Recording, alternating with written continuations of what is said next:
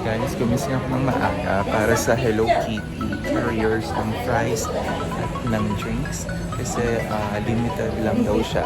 Dito sa Singapore, kapag limited lang, pinipilahan talaga.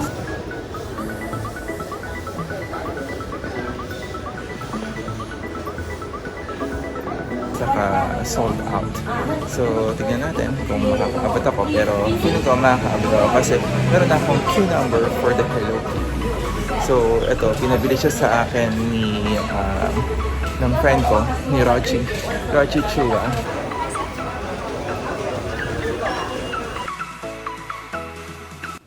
Mag-unbox tayo ng isang Hello Kitty carrier. So, ito siya. So, sa likod nakalagay, can be used as a carrier and attached to the back of the car's headrest. So, maganda siya kung may mga take-out kayo. So, para organize kung kakain kayo ng fries and drinks sa kotse. So, tingnan naman yan. I-unbox na natin. So, first, this is the Hello Kitty. Okay siya. So, sa likod nakalagay lang Hello Kitty. Not for resale, promotional items or McDonald's only. And then, made in China. And then, ito yung nalagyan na, ito yung space for fries, ito yung for the drinks. So, tignan natin kung kakasya yung drinks.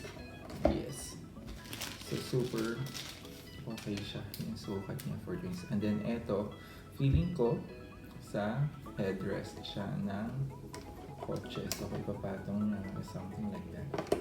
Okay. So, that would be my Hello Kitty unboxing. Nag-unbox. Hello Kitty unboxing for my Hello Kitty carrier.